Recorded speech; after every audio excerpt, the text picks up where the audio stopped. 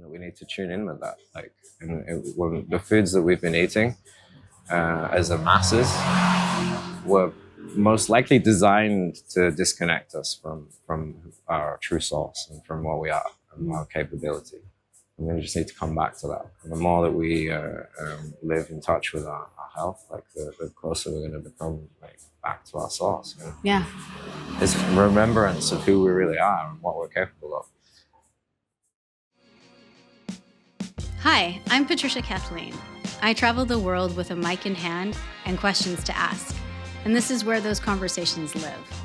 My guests and I get into everything: work, identity, creativity, purpose, the big stuff, the messy stuff, and the stuff that actually matters. From alleyway chats to studio sit-downs, I bring you with me as I talk to chefs, scientists, artists, activists. Whoever around me has a story worth hearing. Wherever you're listening from, welcome. I'm glad you're here. Now let's get into it. Like, you're the founder and creator of the Raw Temple. Did you co-found it and co-create it? It's mostly just me. I've had like a team of people with me like throughout that have changed as well. I think everything you need to co-create, you know, like you can't do anything in this world alone, like for sure. But 100%, it was my dream to make a raw food restaurant when I became a raw food person.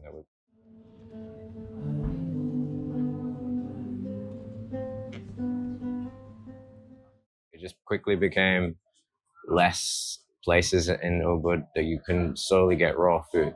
Yeah. Actually, at the time, there was only Ben's Seeds of Life restaurant that you could only get raw food from, which I think he's now, in a way, changing more to a collaboration of raw and cooked, similar like somewhere like Alchemy or Sayura's place. You know? So the term raw, as we were talking about earlier, it means some different things to different people. You know, a lot of people attach raw to vegan, but there are raw food people that consume non-vegan things as well. Yeah, because raw you meats, can consume raw meat, fish, raw. Yeah. So for you, does the term raw also imply vegan, or does it not have to be? Well, raw has its own meaning, but I'm a raw vegan, and this is a raw vegan restaurant. So to me, solely interested in raw vegan foods and plant-based foods. I think like for me, raw food is more of a health path. It's also a spiritual path. Yeah. I found that the name the Raw Temple is because the body is the temple. And if you eat raw food, you're cleaning your temple and you're going to have a spiritual experience. I mean, we're all having a spiritual experience, but we become more conscious of what's our being. You know? Everybody's busy doing. Yeah. But when you start to slow down and be a bit more conscious about what we're posting in our letterbox, and then you know, we are what we eat, in a sense that's very real. I find it very closely connected to my emotional experience. Like if I'm not eating well, I'm having a very like difficult emotional life. But if I'm keeping it light or like just juicing, I mean, like pretty much a lot of the time I don't really eat very much at all, and that's I don't know. The raw food restaurant is a lot of education. We're doing like raw food courses and things like that. Yeah, I do a lot of fasting. And so I'm very connected with and different forms of fasting, you know, liquids as opposed to no food. Of course, there's water fasting even, you and know, dry fasting, right? It's a big time, but it puts me in greater contact with, you know, as kind of someone who's always been very obsessed with veganism and my vegan way of life. I find that I still can become kind of disconnected to the actual conversation between food and the body. And the more I look at raw restaurants, it feels like that connection is reestablished through the menu. You know, there's a lot of things that will fall out of my diet as a vegan that raw restaurants have very prevalent because they lean on them. You know, in the United States, for example, beets and things like that make a huge, it's very prevalent in Bali. But like in the United States, it's very rare for a lot of vegans to have like this beet forward diet. And here, and especially raw foods that I go to lean on those things a lot. And it reminds me of holes to fill. So I feel like the raw experience can open anybody up, to a new way of viewing food, or holes that have been creeping their way into one's diet and life, and things like that.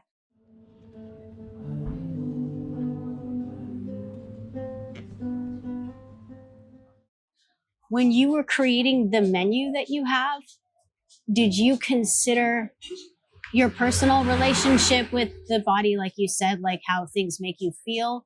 Or was it about what you wanted to provide the community that came and ate here?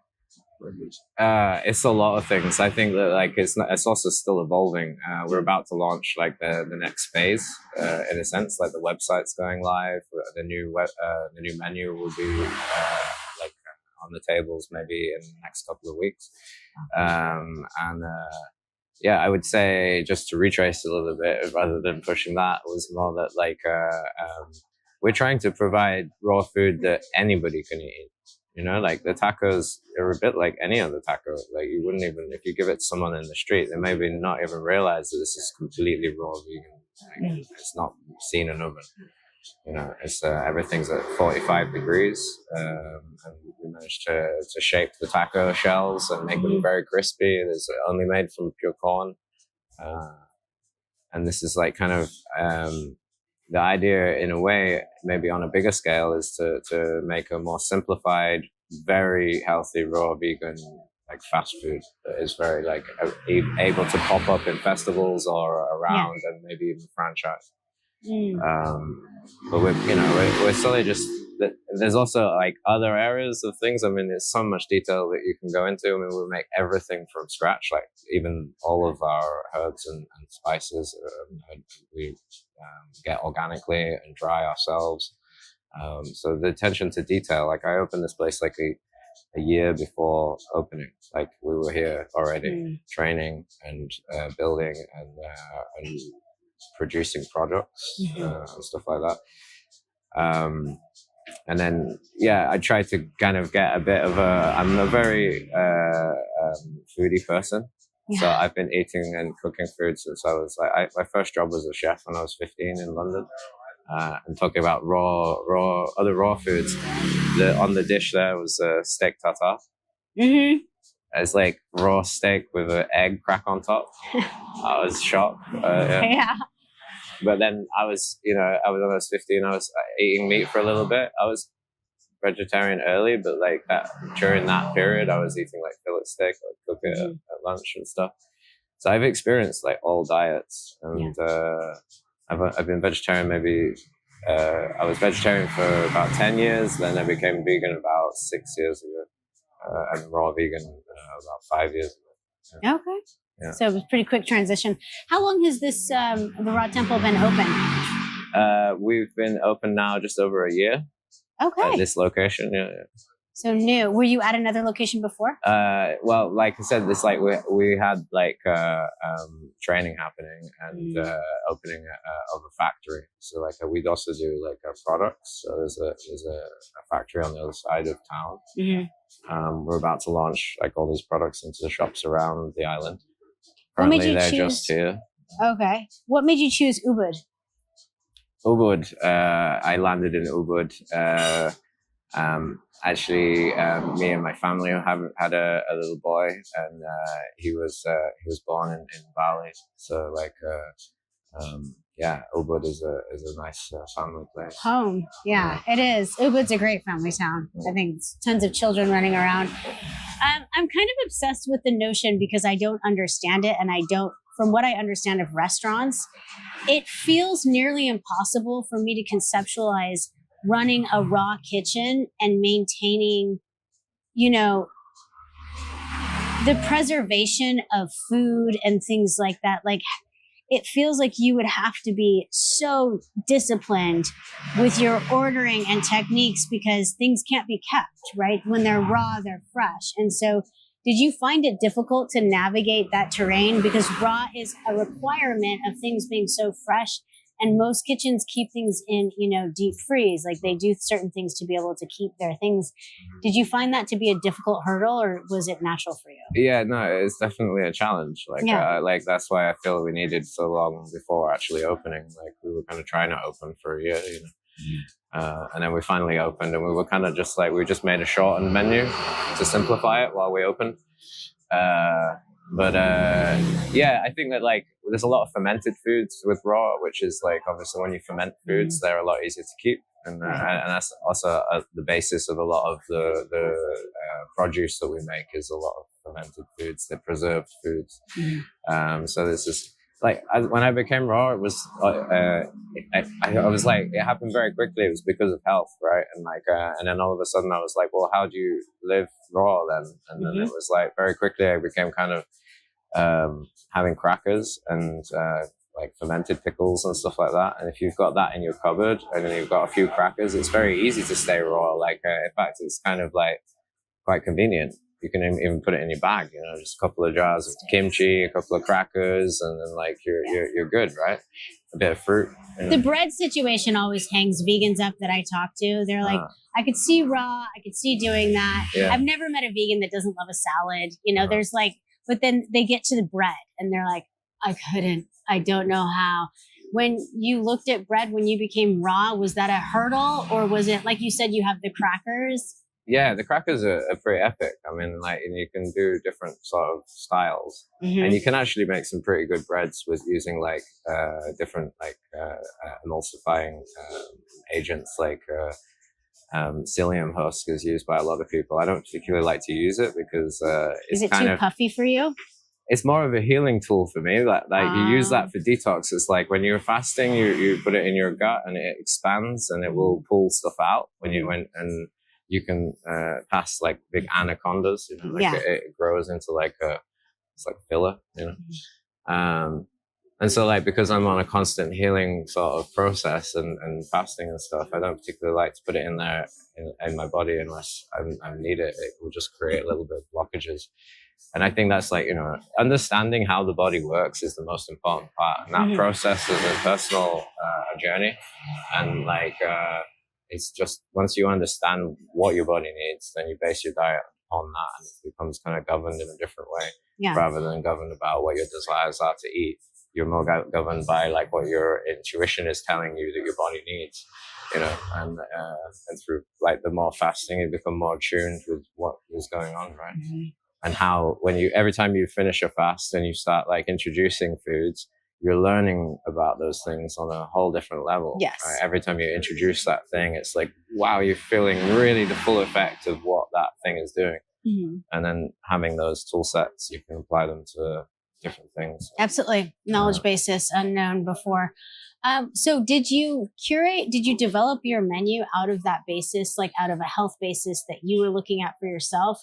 Or did you look at what you thought you wanted to provide your potential customer? Or was it a collaboration? No, yeah, it's solely just based on what we need, like what I was needing in my process and what everyone around me that is also doing that process. It's a bit of the kind of when you cleanse, you end up helping others cleanse, and then it becomes like baton, and we provide like detox kits and all of the different things that you might need during the cleansing process, because it is a bit like that. It's like we were supposed to be running a restaurant, but we're kind of telling people to stop eating. Right. So we're having to make it into a more of a community-based thing where there's multiple income sources, not just the food, because the food alone would probably not be enough because we're all fasting, most of us. But it's I try also to just provide a space where people can then start to become the cooked vegans can start to introduce foods that are filling. Yeah. Because it's like a salad is all right, but if you're used to eating carbs, if you're used to eating cooked food, when you introduce like a salad, you're still not really full. You're looking for some sort of filler, and that's like kind of like that dry food, and like but understanding how to do that, like it can be done, So using nuts and stuff like this is like if you eat the tacos or the pizzas and stuff, you don't really need more food after that. Actually. Right. It's quite filling. Yeah. And that was the shock for me, I think, when I realized that you could do all of these things raw. And not only that, it's like it kicked like an inspiration in me again for cooking. I'd been rotating the same old cooked food like for so long, for decades, you know. And then it was like a whole new, like cooking became, or like preparing food became a whole new art form for me. And it really is alchemy, understanding how to take one item. Like I've designed a papaya pepperoni here, like from using the high-end Blixen machines, dried papaya. Mm-hmm. And it's exactly like pepperoni. Like it's Is it a similar kind of process different. as like the smoked salmon flavor that they're getting from the papaya, or is it different? Well, yeah, we would add some liquid smoke to it Uh-huh. so that you can get a smoky flavor to it. Amazing. And that's just so simple. It's just like you're just adding a drip of this like liquid that you can make yourself also. You know? Mm-hmm. Yeah, I mean, the whole thing is for love and for fun, really. So you said you're revamping the menu, and Yeah. what helped you kind of tease out or renew the menu? I haven't seen the new one, so I don't know the differences. But Yeah. what inspired the differences? Well, I think one of the biggest differences is that now we've got the 7 chakra juice detox program, and like that is like a subscription thing where people can subscribe to like 3 days, 7 days, or 21-day juice fasts. There's also just a few changes that maybe I wanted to. It may not have even been the item removing, but just being like improved stuff that I'd been wanting to implement when we opened.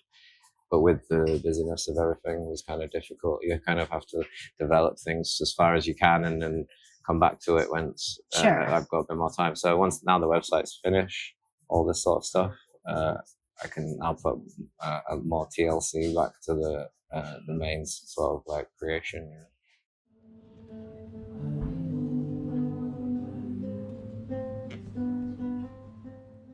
There's a lot more, like you said. It's ironic because you have a raw temple restaurant and you're encouraging people to fast and do all of these different things, but there's still a community here. It seems like people have like a lot of sense of environment and community just at this particular restaurant. It seemed like most people who were here, it was completely filled.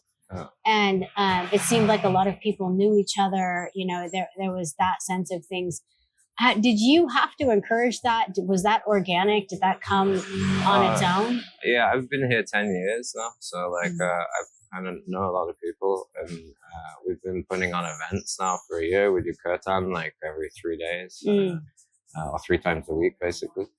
There's basically something happening every evening here. Like, so it's slowly getting out there. We're a little bit out of town. We're a little bit hidden, but that's kind of what we like. It's like out of the bustle of town, and it's mostly for the people who kind of like here more long term. But we also encourage other tourists to come and stuff. But it's just not really a tourist walk-in place, right? So it's a little bit of a cloud out of town where we can just do our own thing. That location is interesting to me too, and it is.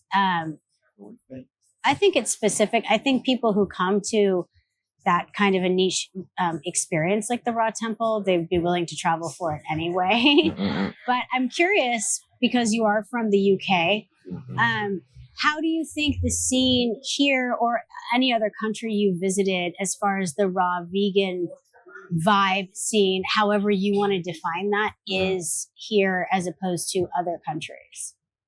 Well, I was the director of a brand called Equinox Kombucha in the UK. Like I founded it in 2012 or 2011, and we used to do a lot of like trade events and stuff.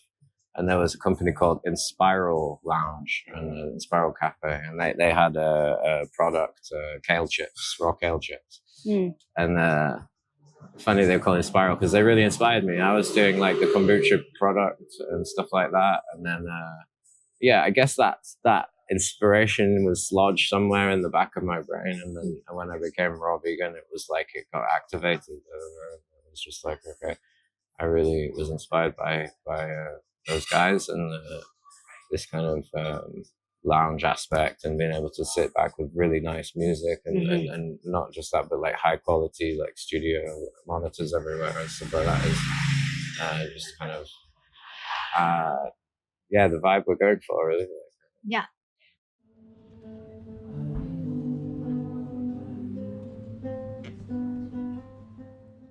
How do you think, like, do you travel a lot? And when you do, are you able to find raw vegan restaurants to eat at that you like? Or is it mainly just cooking for yourself because you don't?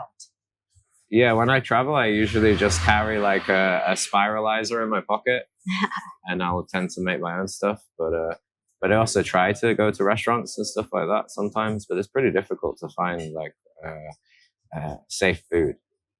Like really, we get to the point where there's like no sugar, there's no gluten, there's no carbs, there's not any of these things. It's like, yeah, it's pretty hard to find places that are going to suit that, you know?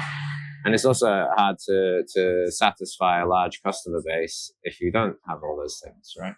Right. So, you know, in a way, we're taking a risk to be doing what we're doing and standing up against, like, well, just standing up for what we believe in.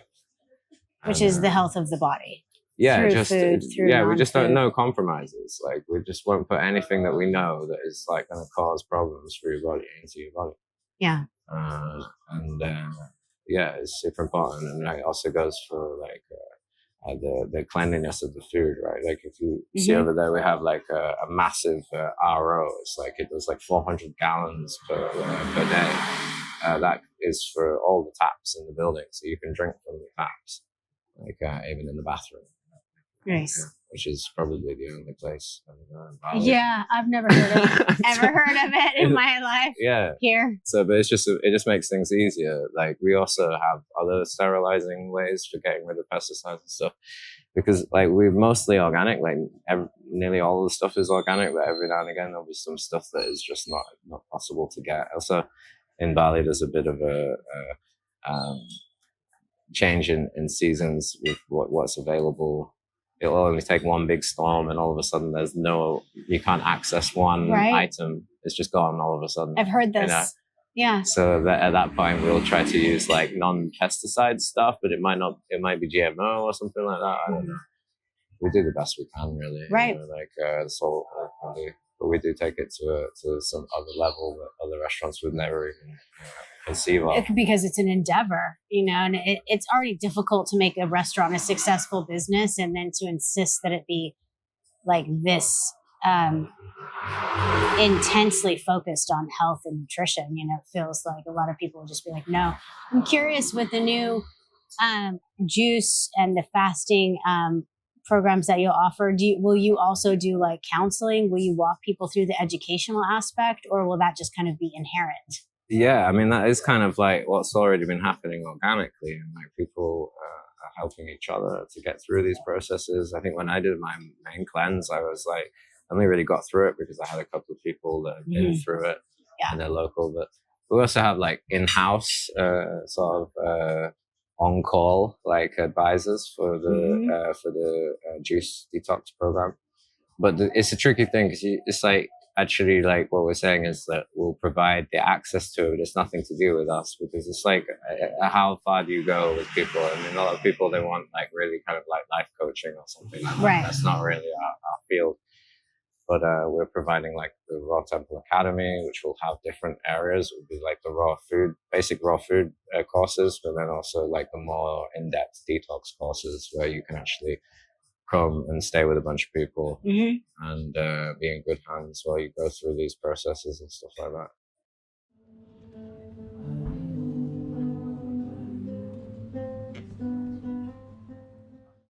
So with the Raw Food Academy,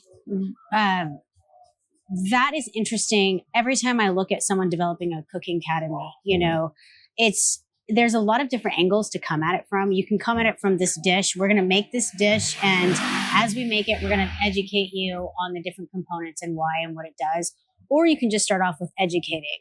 Like, these are the things that you can get from raw food items, you know, that don't need to be processed or cooked. These are the nutrients the body needs. You can kind of come at it from different angles to educate people.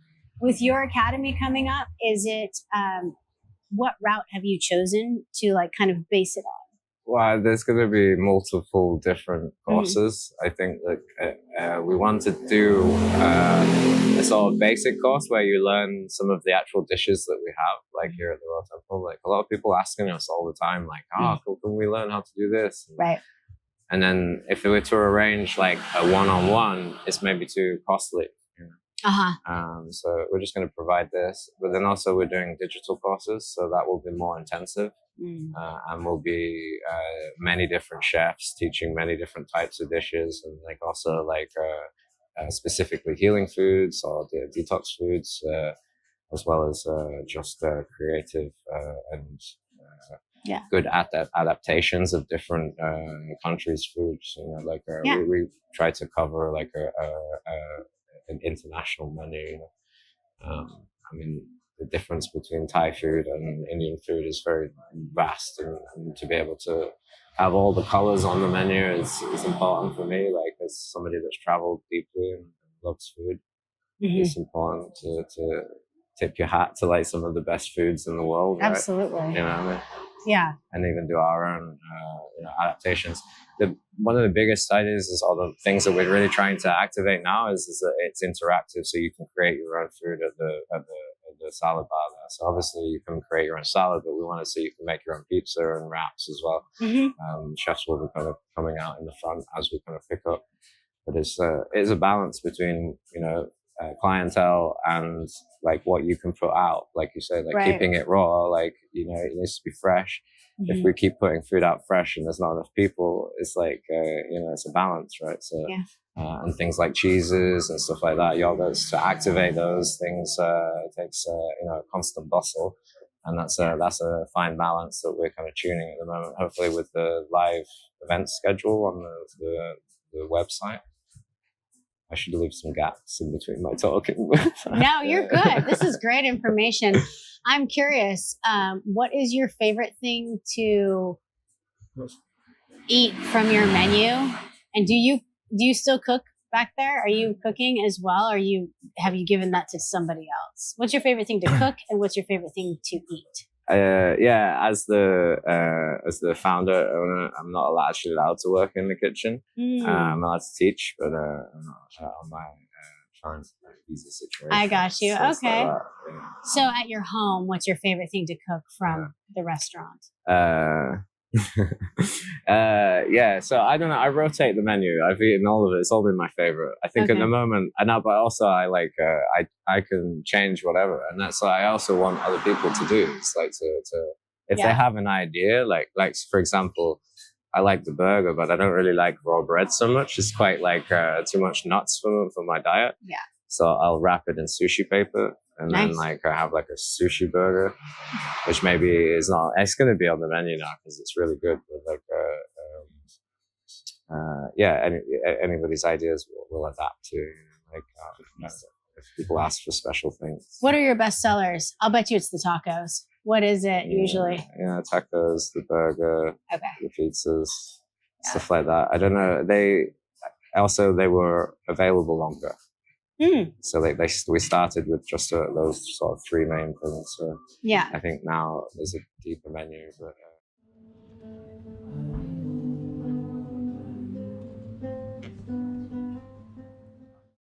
as it grew, it became too big for me. So now I've got a team of people as we're going to be able to step up to the next level. You know? How big is your staff at any given shift? During one shift, the morning shift, I'm not sure actually. Like I don't know, maybe 10. Okay. There's 10 of us in the. It's a lot for the team here, but there's a bigger team. We have a factory and a farm as well. So. A farm. Oh, right. Yeah. For all the food. Yeah, and the academy, like that will be the first courses will be happening on the farm. Little farm. And then eventually, maybe one day, it's all in one big giant place, you know. Like at the moment, we've kind of got lots of little things dotted around town. Yeah. And we're probably going to put up a restaurant maybe in the center once we're able to really pull off what we're trying to achieve. But it is I am having to come at it from multiple angles because there's just, at this point, I believe raw food is really the future. I don't believe that anybody is gonna. If you're not eating raw foods, you're getting left behind. It's kind of like it makes you function on a different level. I think as AI develops and all these things, people's consciousness will just, everybody's getting more smart and more in touch with what's right. Right. And so it's just inevitable, you know. Like for example, everyone's going on this like raw meat mission at the moment. Can you imagine like what that's actually going to do in the next 10 years? Like what? So it will speak for itself. Like if there's a huge amounts of people just eating raw meats, they're all going to get, the data will speak for itself. You know? Yeah. They'll get it eventually. You know what I mean? We'll be waiting. One way or another. Yeah. The cave people days, I think, kind of answered that. But I'm curious, with the interior development, was this all you? Did you work in combination with a creative team to come up with your palette? You've got a heavy purple influence. Was that your love? You're in a purple shirt. I'm wondering if you love purple, and also who helped you decorate, or if it was just kind of a you thing. Yeah, I'm an artist. I'm obsessed with color and stuff like that, and brands and stuff. I've always had like purple, green as my kind of brand colors. My mom loves purple too. I don't know, maybe she had some influence on that. Nice. But I'm pretty sure, yeah, it's been there since I was a kid. And also black and white. There's like kind of non-duality and stuff.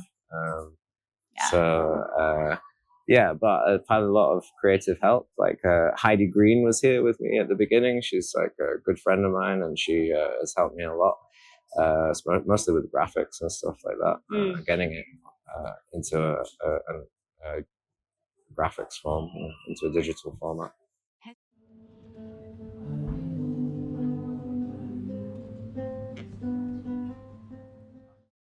Has your mom ever eaten here? Yeah, she's been a few times. Yeah. Nice. What does she think? Yeah, she's blown away, I think. Yeah. I think that, but she, like you were saying to me, I think before we started, she tries to explain it to people in her world. And they're like, salad?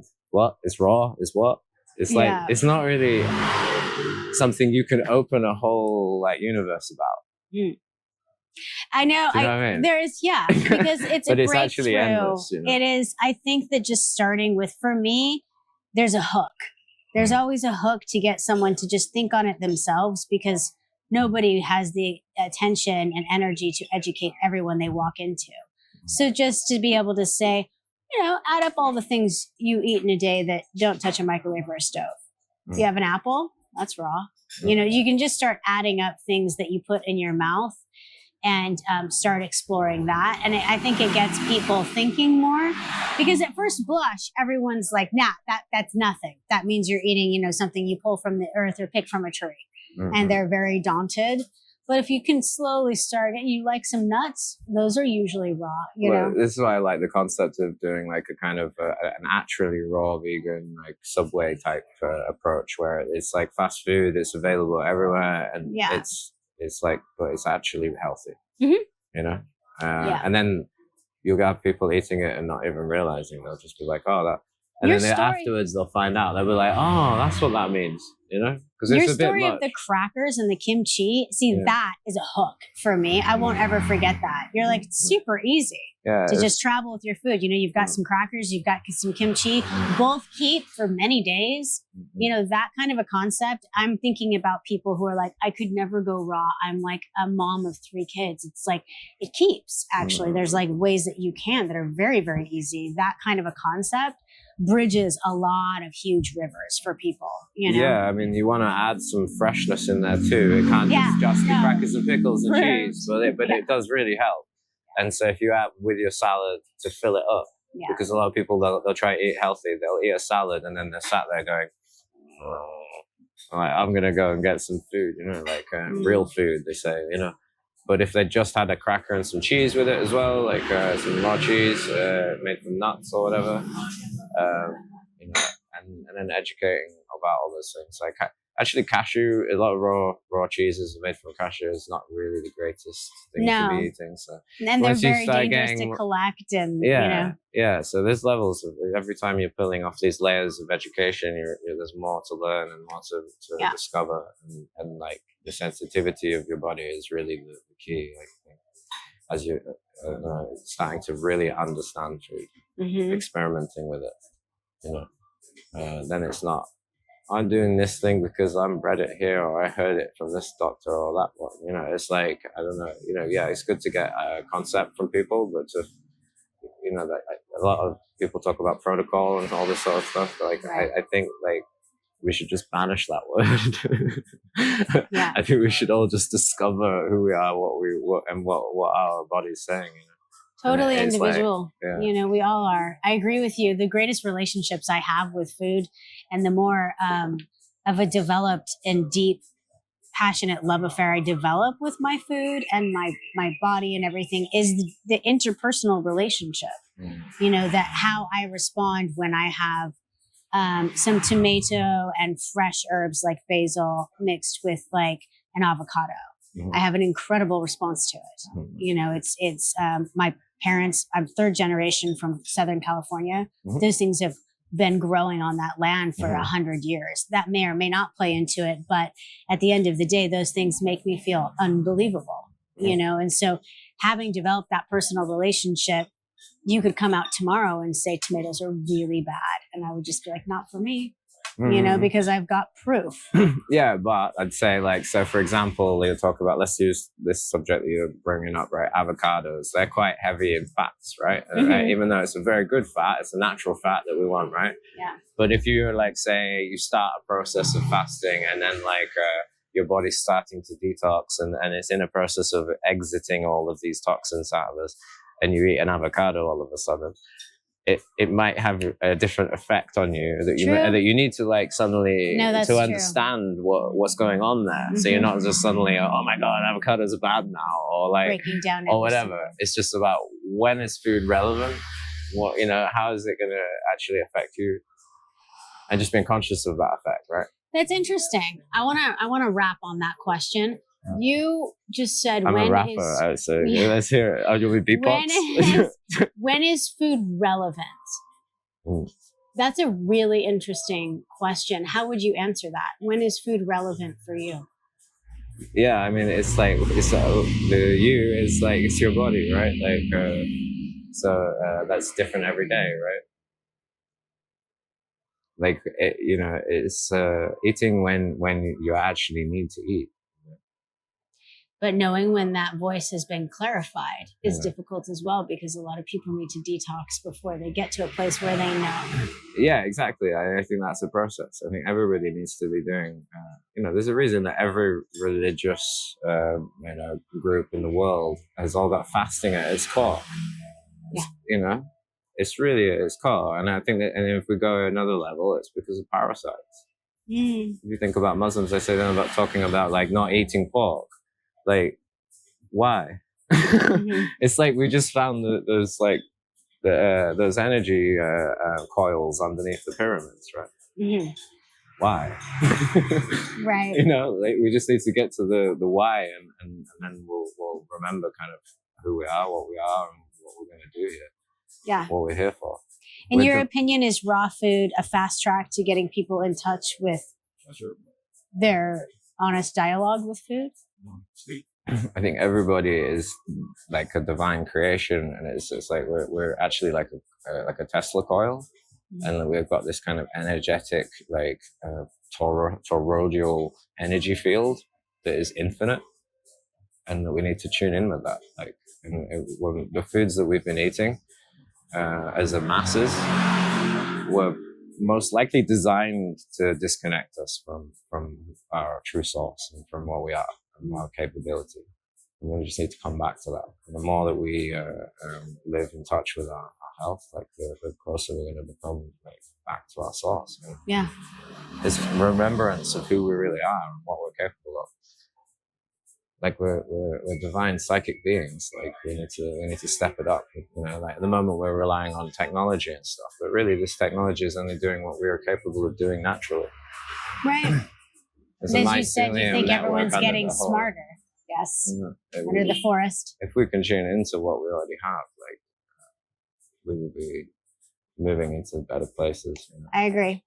Absolutely. And I think that food is one of the greatest medicines, if you let it be. You know, it's also one of the greatest poisons because it's literally our fuel. Yeah, and if I don't know, like it's a bit like the zoo, right? If you go to the zoo and you see some of these animals, they're overfeeding them and they're giving them in so that they're kind of like in a dopey state, you know, like you'll see these tigers and they're just like kind of like doped out. Yeah, that's humanity. We're just doped out, like on rice and potato. Yeah. And like very slow and easy to take advantage of. Without the right food. So I've covered everything that I wanted to know. When you were thinking about this interview, did you hope that I would ask you something that I haven't asked you? Is there anything you want to share as we finalize talking? No, I feel that it's just such a vast subject, so it's a hard one because we could talk for days, right? I could. I love it. Yeah. Yeah, but absolutely. No, I feel it's okay. Yeah. Awesome. Thanks for talking with me. I really appreciate it. This is a really cool space. I love everything that you've done with it. I'm a fan of purple, so maybe I'm biased like your mom, but it's cool. I loved hanging out here. It was really fun. Thanks for coming. Thank you so much. Thanks for listening to Borderless. I hope you enjoyed this conversation. If you like this episode, please subscribe so that you can continue to hear fascinating conversations as I continue to wander the globe. You can follow us on Instagram at borderless-podcast or head over to our website, borderless-podcast.com for more info and updates. This episode was produced by Patricia Kathleen Productions, and a special thank you to the team that makes it all happen. Cherie Ternate, Emma Baker, and Finn Wild. Wherever you are in the world, I hope our conversation made you feel a little more seen and connected. Until next time, take good care.